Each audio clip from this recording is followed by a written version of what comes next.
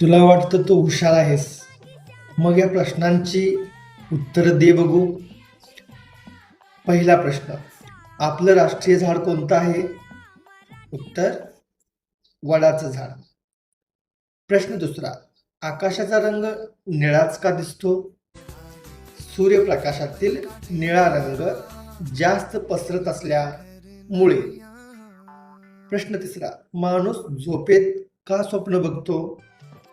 कारण मेंदू memories process करत असतो.